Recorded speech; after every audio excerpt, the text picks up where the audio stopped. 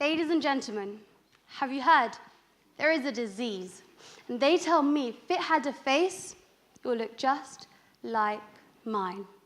Apparently, it seeps through the pores of principle and stands tall, domineering over the face of morality. What is this disease? Well, in order to diagnose it, we need to turn the clock backwards. Because truth be told, where would you be without the past? I, for one, will not be here, and I'll tell you why.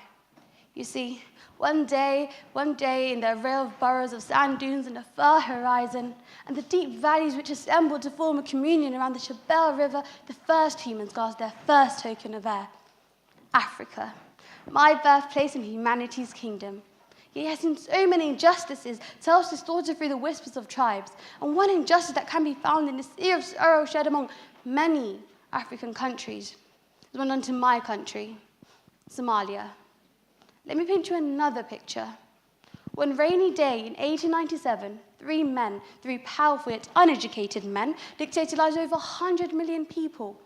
And though Somalia has a population of 10 million, it will deem immoral, at least on my part, to include the other victims, the victims of the scar passed down through future generations, to my grandmother's generation, to my mother's generation, to mine. You see, these three men weren't just dictators. They were men applauded for their courage to take a so-called uncivilized, unenlightened, and uncultivated country under their wing. But they made Somalia pursue a state of fascism under the Italians, an outdated system of monarchy under the British, and an enforced system of democracy under the French.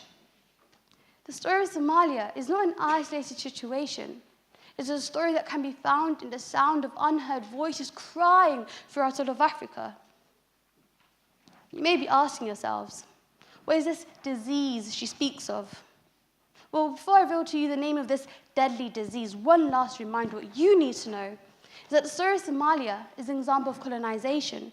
And colonization is just one part of history that is the cause of this disease.